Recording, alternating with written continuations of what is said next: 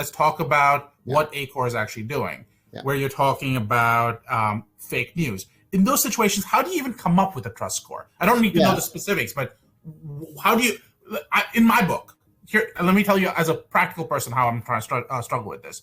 Sure. In my book, I'm going, we have news that is subjective. It's almost editorialized. Mm-hmm. Some of the facts may be accurate. Some of them may be maybe interpretive. How do you judge the trust score in something that is interpretive? And if you do, is fake news the only place that gets applied, or does every lawyer in the world tomorrow start using it and then go, this has a trust score of 5 versus this has a trust score of 10. Therefore, judge, don't even need a jury. Here are the facts that are undisputed. Yeah. All right. So we have to unravel a lot of things in that, because there's a number of things. And by the way, you probably know I'm a logophile. I enjoy words. So unravel is one of those interesting words for which there is no opposite. So we will not try to ravel it later on. So look, I think first of all, let's be clear. There is a difference between this idea of a trust score and a consensus.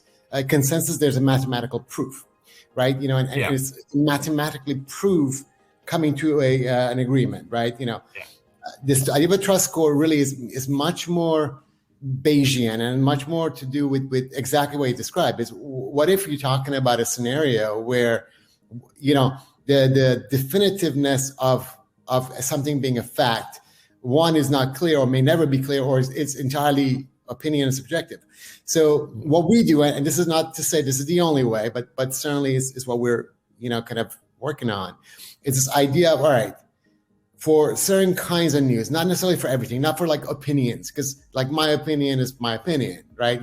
Yours is different. Like, sure. For instance, if you say like purple is the best color. Yeah.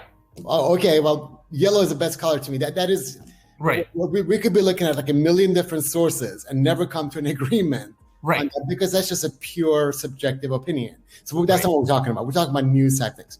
Well, what we're doing is that we're essentially triangulating multiple, what we are calling authoritative sources for the same kind of content. So as an example, we're looking at the BBC, we're looking at Associated Press, we're looking at CNN, we're looking at New York Times, we're looking at Wall Street Journal. So like 7 or 8 different kind of sources to see if the same information in the same context about the same time frame has appeared.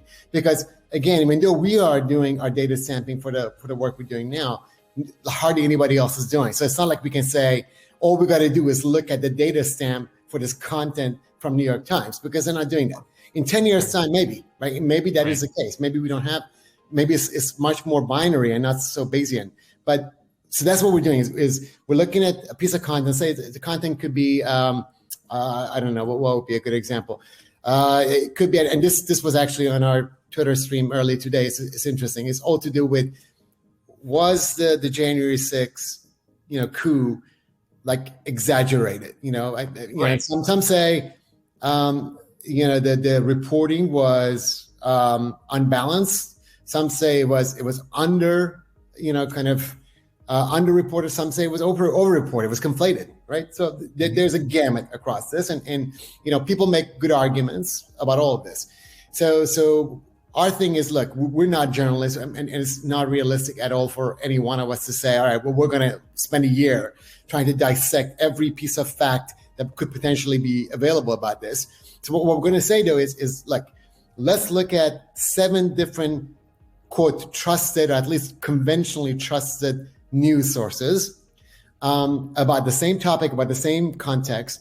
And then let's compare that to the content that we have, and let's see how much uniformity or variance there is. And they have different weights. So like, for instance, the weight for New York Times may be a higher weight than like Atlanta Journal, as example. Sure. Because they have different blog. Right. Yeah.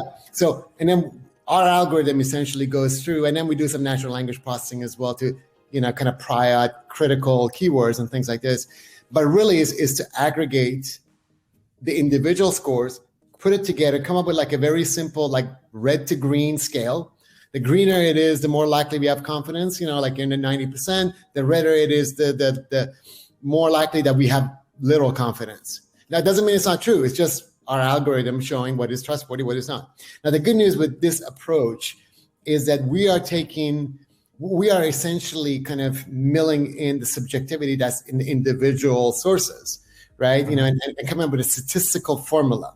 Again, we ultimately leave it to the reader, right? So if you read this article and it's, you know, kind of like orangish, that's your choice to interpret that as, you know, is this trustworthy or not, right? We're not saying, you know, don't trust it. We're just saying that's how we interpret it. But again, now you could argue, well, hey, can you really prove that somebody didn't write garbage? No, we can't, obviously. What we're saying though is that this is a step forward, right? This gives you some objective metrics and some kind of a unit, a scale that you could look at. And then over the course of time, again, this is kind of like where machine learning comes in too. You know, the more, let's take an example of how Google recognizes cats, like cat photos, right? You know, in 1998, maybe they started with 10,000 cat photos, right? You know, and wrote some machine learning. But in 2018, they had 100 million or maybe like 10 billion or you know, some enormous number of cat photos. So the more evidence you have, the more likely that your algorithm is tuned more and more accurately. And so therefore you can trust it more.